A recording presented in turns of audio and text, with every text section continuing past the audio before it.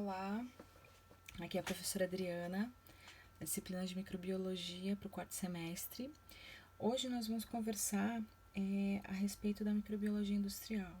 Então, como a gente já conversou lá através do Whats, através do Meet, a disciplina nesse semestre ela vai deixar de ter uns conceitos básicos de microbiologia, de transformação química, e nós vamos enfatizar mais o processo industrial, tá? Então, é importante que vocês entendam que a microbiologia industrial hoje em dia é essencial para a nossa sociedade, tá? Essa microbiologia ela utiliza os micro-organismos em processos industriais e o objetivo aqui é produzir bens e serviços, tá? A gente vai pegar os conhecimentos básicos de microbiologia e vai aplicar, né, para produzir bens de interesse comercial, ambiental e social. Então, a gente pega um micro-organismo para transformar, né, um substrato ali em fármacos, em vacinas, em componentes de diagnóstico, em alimentos, né? Então, o pão, por exemplo, é uma transformação microbiológica, né? Em bebidas, a cerveja, o vinho, né? Em combustível, em polímeros, em produtos agropecuários, né? Usar aquele micro-organismo para tratamento de resíduos, né? Então, quando a gente tem uma estação de tratamento, a gente usa micro-organismos para depurar a matéria orgânica, tá? Então, essa microbiologia industrial, ela também pode ser chamada de biotecnologia microbiana, tá? A quantidade de elementos microbiológicos que a gente pode utilizar são bastante significativos, tá? Eu comecei aqui com bactérias de interesse industrial porque é mais fácil da gente comentar, tá? Então, é só uma introdução dos conceitos associados. Então, o que a gente tem? Quando a gente fala de bactérias, a gente tem aquelas que são nocivas e aquelas que não são nocivas, tá? Dentre aquelas que são nocivas à saúde, são aquelas que são responsáveis pelas doenças. Então, elas são denominadas patogênicas. Eu posso desenvolver uma doença em função do consumo dessa bactéria. A gente viu isso no semestre passado. E existem aquelas que não são nocivas, não são patogênicas, que são as que nós temos grande interesse industrial. Então, a microbiologia industrial está associada a esses elementos, tá? Então, essas que não causam incômodo a outros seres vivos e que, além disso, podem ser empregadas para a produção de bens de consumo, são as de interesse industrial, tá? Então, o nosso objetivo aqui no semestre é as bactérias de interesse industrial. É aquela bactéria que, se eu isolar, eu vou fazer com que ela transforme o substrato químico em um outro substrato, tá? Essas bactérias elas são chamadas de saprófitas ou inócuas e elas não causam doença. Essa é a parte mais importante. O uso dessas bactérias não causa danos à saúde humana, tá? Nem humana, nem animal. Existem ainda aquelas, fora as nocivas e as não nocivas, existem aquelas deteriorantes que são essenciais para a gente identificar, por exemplo, um alimento estragado, tá? Então, uma cor, um visual diferente mostram que aquele alimento está em decomposição, tá? Então, essas deteriorantes são importantes porque utilizam o alimento delas, a matéria orgânica, como alimento delas, a matéria orgânica, tá? Então, ela provoca a decomposição total ou parcial dessas substâncias. Então, quando a gente falou ali de tratamento de efluente, nós estamos falando dessas bactérias. Elas vão pegar uma carga orgânica pesada de um efluente e diminuir através do consumo dessa matéria orgânica, tá? Então, vamos exatamente para esse exemplo. O tratamento de esgotos, de efluentes, né? No caso industrial, esgoto é muito específico do doméstico, efluente é o industrial. Conforme o CONAMA e as leis ambientais, é necessário um tratamento desse efluente para que ele seja jogado no corpo receptor, né? No rio, no mar, tá? Então, nós temos toda uma legislação que vocês vão ver em Química do Meio Ambiente que estabelece parâmetros a serem alcançados. Então, um efluente ser jogado na sua totalidade no corpo receptor é um crime ambiental. Você pode ser preso por esse crime, tá? Então, o que acontece? As estações de tratamento, elas usam uma carga de bactérias muito grandes com o objetivo de depurar essa matéria orgânica e alcançar os objetivos estabelecidos na lei, tá? Nós temos basicamente dois tipos de bactérias que atuam nesse ambiente que são essenciais, as aeróbias e as anaeróbias. As aeróbias precisam de uma quantidade significativa de oxigênio e as anaeróbias não precisam de oxigênio. As características de cada uma delas é muito específico, tá? O que elas decompõem é muito específico.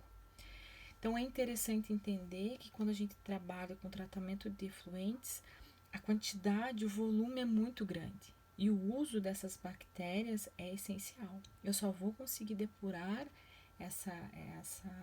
esse efluente se eu usar essas bactérias. Um exemplo muito característico é o aterro do Cachimba, né? Ele recebe lixo. Esse lixo vai gerar uma quantidade de água. Essa água é captada, é chamada de chorume, né?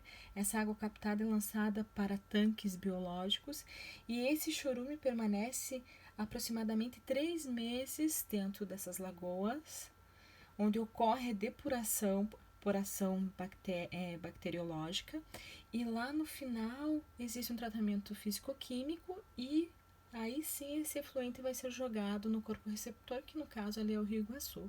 Então eu preciso de 3 meses para que ocorra essa transformação de matéria orgânica por agentes biológicos para aquele efluente ter uma carga mínima de DQO e DBO. Tá? Então é essencial o uso de bactérias no tratamento de efluentes. Tá? O tempo de permanência, as condições de temperatura, as condições de oxigenação estão associados ao tipo de efluente, tá? Nem todo tratamento biológico vai precisar de ação anaeróbia, né? Depende muito da carga orgânica e do que eu quero transformar, tá? Então, é muito importante entender que cada efluente vai ter um processo específico, mas é mais importante ainda entender que o tratamento biológico de efluentes com grande carga orgânica é essencial. O tratamento físico-químico não é suficiente para degradar altas cargas orgânicas. Tá? Então, se eu precisasse mostrar a importância de agentes biológicos, bactérias, né, mais especificamente, o tratamento de efluente é o melhor exemplo. Eu preciso dele para depurar aquele efluente para depois jogar no corpo receptor. Se o volume de efluente fosse pequeno, o simples fato de jogar no corpo receptor, existem essas bactérias deteriorantes lá e seria possível essa autodepuração. Mas o volume de efluente é tão grande que todas as indústrias jogando vai matar literalmente o corpo receptor, tá? Então eu não posso ficar jogando essas cargas. Nós tivemos exemplos históricos aqui em Curitiba de jogarem bactérias nas linhas de esgoto para diminuir o cheiro. Tá? Então, nós temos aí alguns parâmetros muito interessantes do uso de bactérias. Tem empresas que vendem bactérias específicas para você jogar na caixa de gordura, né? Então, essas bactérias, o tratamento usado com bactérias é bem interessante hoje em dia, tá? A engenharia genética, que é bem aquela parte de produção de fármacos, né, de vacinas, ela é essencial para a nossa vida atual. Podemos usar o exemplo do Covid. Existem vacinas que estão fazendo um melhoramento, pegando o DNA do vírus, transformando artificialmente, né? E inoculando nas pessoas para gerar anticorpos. Né? Então, algumas vacinas vão pegar a bactéria, o vírus em si, e outros estão pegando um vírus sintético. Tá? Então, essa engenharia genética está facilitando a nossa vida. Nós temos vacinas, nós temos elementos farmacêuticos fantásticos em função dessa manipulação genética de micro-organismos. Então, aqui a gente usou como exemplo, né, a fabricação de insulina. Então, os diabéticos usam insulina por um problema no pâncreas, né? E essa insulina, ela é produzida geneticamente, né? Então, é produzida em laboratório, tá? É interessante também dizer que essa engenharia genética trabalha com alguns anticorpos para tratamento de câncer. Então, são estudos interessantes que têm como objetivo combater doenças, né?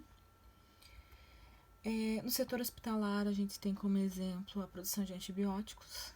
Todo mundo sabe o quão importante é ter um antibiótico, né, para combater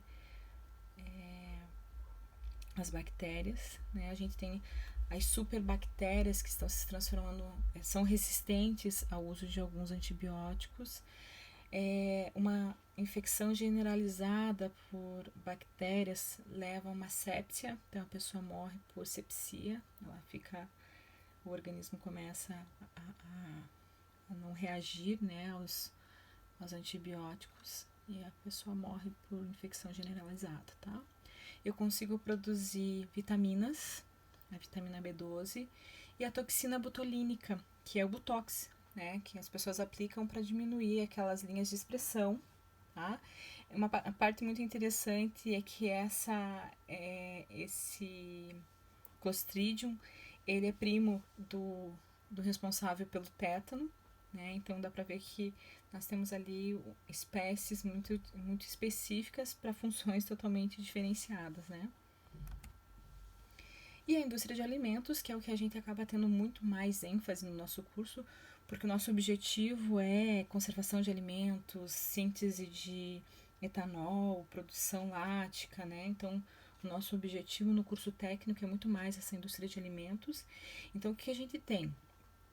O aumento da vida útil de um determinado alimento, né? Então, eu consigo ali, por características específicas de temperatura, de pH, quantidades de sais, alguns aditivos, garantir a bioconservação daquele alimento. Então, aquele alimento vai durar lá 3, 4 meses. Né? A gente pode usar o leite em caixinha Tetra Pak como exemplo. A gente coloca ali dentro uma condição de ausência de micro-organismos que faz com que aquele leite, que in natura duraria 2 dias no máximo, dure lá 6 meses, tá? Eu não coloco agentes químicos, é só uma conservação física, tá? Então é muito interessante.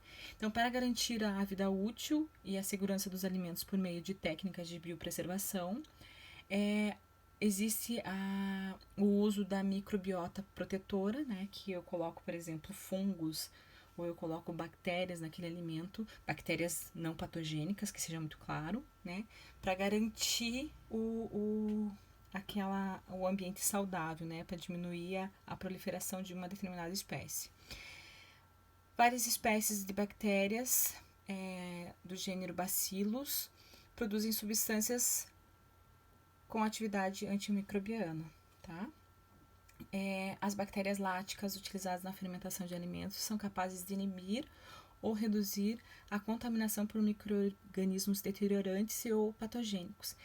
Cabe muito bem aqui a história do kefir, né, que é uma mistura de bactérias e fungos, e lá ficou muito claro na pesquisa, eu vou até disponibilizar de volta, tenho certeza que o Luciano vai adorar, ler o artigo novamente. Eu tenho bactérias e leveduras ali nesse kefir que inibem o crescimento de agentes patogênicos, tá? Então, isso é muito interessante, você colocar uma bactéria boa, né, num iogurte, num alimento lático, para que os outros patogênicos não se desenvolvam, tá? Então, isso é muito viável. Na indústria de alimentos, a gente tem as bactérias que, teoricamente, a gente iria usar no laboratório, tá? Que são as bactérias para a produção de iogurtes e queijos, que são as ações láticas, vinagres, vinhos, salsichas e chucrutes, tá? Então, ali a gente tem a responsável pela produção do vinagre, né? Então, essa bactéria atua em cima do vinho e faz com que o álcool se transforme em ácido acético. Aquela que aumenta o pH do sistema, então pega um leite, tem um pH diferenciado e ocorre a coagulação da proteína, o ácido lático e os chucrutes, que também são ações bacteriológicas, bacteriológicas, tá? Então, é isso que a gente vai ver nesse semestre, tá? A atuação dessas bactérias para a produção de alimentos. tá? É interessante ver, o repolho demora lá, você pode usar ele durante um mês, né, in natura. Se você transformar ele em chucrutes, ele demora aproximadamente 3 anos para estragar, tá? Então, ele vai, durante 3 anos, estar em condições de consumo, né? O que isso é extremamente importante, porque a safra, né? Acabou a safra, eu armazeno de uma maneira diferenciada e consigo fazer com que aquele alimento dure 3 anos, tá? Então, eu estou sempre produzindo para 3 anos, né? Então, isso é muito interessante. Nós temos os processos de biorremediação, tá? Que seria o uso de micro-organismos para remediar contaminações, né? Então, por exemplo, derramamento de petróleo. Eu posso usar uma bactéria que atue para consumir aquela matéria orgânica, tá? Então, eu tenho ali elementos que podem transformar, tá? Nesse caso, seria um land pharma que a gente fala em função do petróleo, tá? Então, baseia-se na degradação bioquímica dos contaminantes por meio da atividade de micro-organismos presentes ou adicionados no local de contaminação. Então, temos aqui a contaminação do solo, né, e o uso desse micro-organismo para decompor aquele potencial poluidor orgânico, tá? A indústria de alimentos, né, a síntese de polímeros biodegradáveis, que aqui também é muito interessante, que a gente vai dar mais ênfase para o próximo semestre. Para o próximo semestre, não, para a próxima aula, desculpem.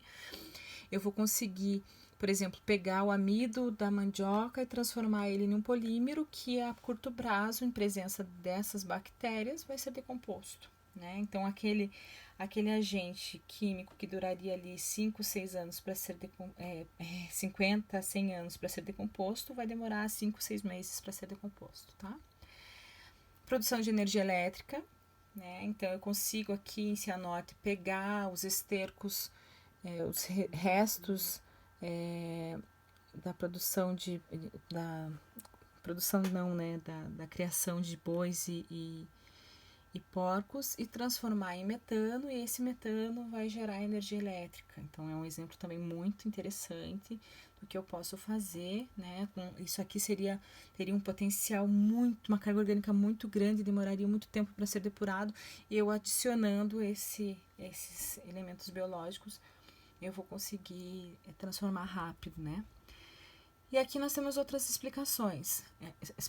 Aplicações. Então, as bactérias que fixam nitrogênio no solo, né, que estão presentes, que a gente conversou no semestre passado, lá no colégio ainda, que estão presentes na raiz de algumas leguminosas, como feijão, né?